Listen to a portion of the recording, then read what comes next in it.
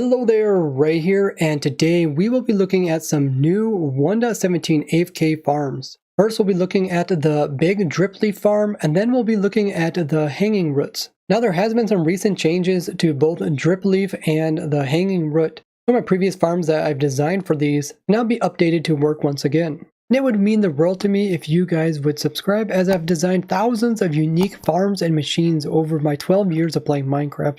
I'd like to share all the different tricks and tips I learned to you guys throughout my years. To get the first big drip leaf, you'll need to first find a watering trader that sells small drip leaf. Then from there you can plant it onto moss block or clay. When you bone mill it, it's going to turn into a big one. Then by breaking any of the blocks, it's going to drop more big drip leaf. And these blocks are useful. If anything stands on them, they will slowly drop them off and then reset. Kind of like a trapdoor, but it's automatic. And there's a lot of cool things you can do with them using this, which I showed in these two videos linked below. So now that you got yourselves a big drip leaf, you're ready to put it into this amazing farm to get a whole bunch of them. Let's go ahead and give it a try. You just turn on this lever here, and it's going to turn on this really fast clock. Close the door behind you, and just aim at the back and hold down right click. What the farm does as soon as you plant them down is going to grow them to a bigger size, which then breaks them off. This will turn your one drip leaf into a whole bunch of them. And you can go AFK while leaving your right click button held down. And you can have the player automatically hold down this button for you by pressing F3 plus T. And then when this comes up, release your button that you're holding down. And now your player will automatically do it on its own. Then you can press like Alt Tab to switch to a different window and work on other stuff.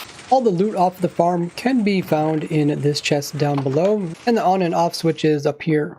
The way that the farm works is that we have this piston moving this observer, making a clock right here. This clock is powering the piston and this dispenser, which is full of bone meal. So when the player AFKs here, he's going to place in a drip leaf here, and then he's going to right click again and place another one here. They're both in front of the dispenser. You're going to bone mill them, which is going to make them grow upwards and grow like that. And then the pistons are going to come in and break off the top. And then when the top breaks off, it's going to drop two items. You just turn one into two of them. And then the process repeats itself by you placing in some more. So the farm does take bone meal, which you put in this chest over here. You can make this infinitely automatic, meaning that once you turn it on, it will produce the drip leaf forever. You can do this by hooking this up to compost farms, mob fish farms, or like my fungus wood farm and my moss block farm, both of which produce excess of bone meal, which you can funnel into this farm. I'll have all those linked below. The simpler design here produces around 8,500 drip leaf per hour. So this farm is pretty simple. I'll kind of slowly go around it so you can see how to build it up. Hopefully you can see everything from here. This one I designed for just players AFKing holding down right click, but I also designed one for people that wanted to use like a macro or the fast clicking method, which I showed you guys a while ago using your keyboard. So in this one, the player uses the maximum distance which he can reach, which is 5 blocks, placing a whole row of them before they get broken off. Very similar to the one above, we also have a very fast clock, which is spamming bone meal and pistons, but where you aim is a little bit different. Let's go ahead and hop into survival. I got the new spyglass to help us aim at the very precise location, as this will slow down your screen and your cursor. But what you want to do is aim on the right hand side of this glass block, and from here you can place in a drip leaf.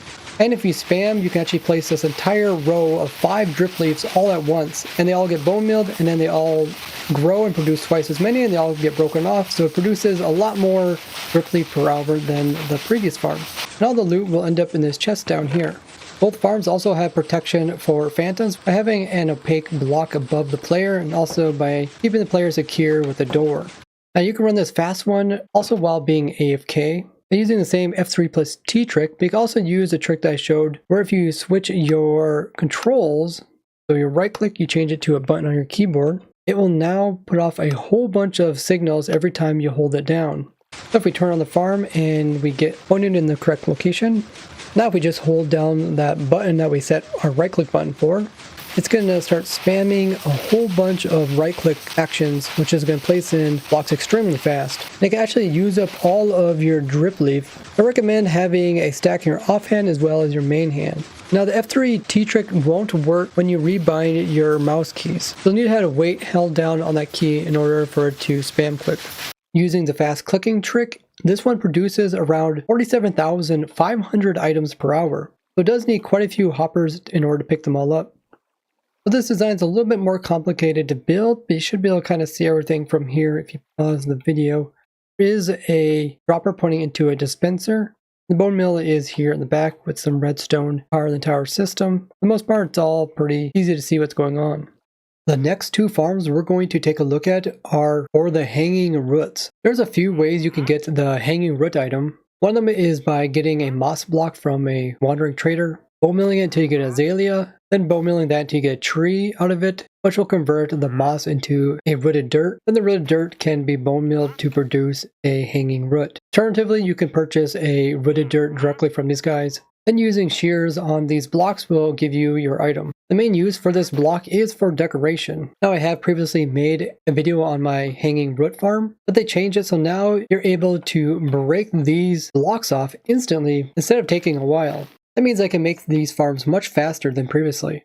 So the first farm here is a standalone farm. You just turn it on and you stand inside of it. And then you hold down the left mouse button while holding shears and it will instantly remove the hanging root and drop it as an item, which will be picked up by the hoppers underneath and will be put into the chest down below. The way it works is pretty simple. We have the rooted dirt block right here, and we can automatically bone mill this by having a dispenser point directly inside of it. That's going to bone mill it, which is going to automatically put in the hanging root block below it. We have a whole row of these that are being powered by this observer clock over here that has an on and off switch. And all the dispensers being fed bone mill by the chest behind them. All the items that fall in are just going directly into a bunch of hoppers, which are going directly into chest. In order to get the most out of this farm, you do probably want to use a fast clicker, and you want to stand a little bit inside of it so you can reach all the way back to the very farthest block. And then you just hold down the left mouse button. Now you can do automatic holding down with F3 plus T, and then release up on the mouse button. Now your guy will automatically remove them. At max speed, this farm produces around 66,000 hanging root per hour, which is pretty insane for such a small setup. That also means it's going to take 66,000 bone meal. So you need a decent bone meal farm or even a bone farm, like my skeleton farm or my wither skeleton farm. Now because this farm does need a tool, durability is used up. And shears don't have a lot of durability to start with, only 238, even with unbreaking. They don't even last 1 minute. So I made another farm that uses a XP source to automatically repair ones that have the mending on them. Having efficiency 5 as enchantment doesn't really help, as the roots are instant break. So this is the exact same farm that I have over there, but I just hooked it up to a pigment portal farm. So if we hop inside of this and turn it on, first thing we want to do is aggro the pigmen. We want to hit them with a snowball. Now they're mad, they'll automatically try to attack the player and end up dying, giving XPs, and you'll see that they're going to start repairing my shears. Now the durability is going up. It doesn't take a lot before it heals them completely. And then you can go inside this farm and hold down your left mouse button, and you can be harvesting these as the pigmen are dying. They're going to constantly be healing your shears as you're using durability up. So with this setup here, it can be infinitely automatic, meaning that once you start it, it can go on forever without any new input. But you have to have a bone meal source automatically filling up these dispensers. The pigment portal farm works like the one in my snowball farm, and in my other farms where we have a bunch of nether portals and the pigmen spawn inside of these. Then we have two pigmen very far out, which are name tags so they can't despawn. And they have to be this precise distance between the player and this location so that they can see the player to get mad at him, but they aren't within range. Therefore, they will constantly tell the other pigmen around to get mad at the player instead, and they're going to try to get to the player. So the closest way to do that is by going this direction, and then they think they can walk through these trapdoors, but they're instead are going to walk down into where these mine carts are down here. And there is 24 of them, so anything that falls in there is going to start taking max cramming. And then when they die, they're going to be considered still mad at the player, therefore they're going to drop XPs. And the XP is going to come out of this little hole right here, and it's going to move towards the player and end up right here. The player is just standing right on top of this trapdoor, so close enough so that it can be absorbed by the player. So if I stand here, we'll pick up the XPs. So this allows you to do long AFK sessions without having to constantly give yourself more shears. Now because the pigmen also die, you end up getting their loot down here. Now because these dispensers dispense more bone meal than they can take in from a single hopper, you will need to put in 2 hoppers per dispenser if you want to go for the maximum speed that this can provide. And most likely a setup like that will work fine for most people, but this is for anybody who wants to take farming to the next level. So the setup for this farm is pretty simple. You can kind of see everything as a circle around it. If you'd like to build up any of these 4 farms or any other 1.17 farms that I've designed, have them all in this world, and you can find the world download link below. And there's almost 30 new types of farms in 1.17.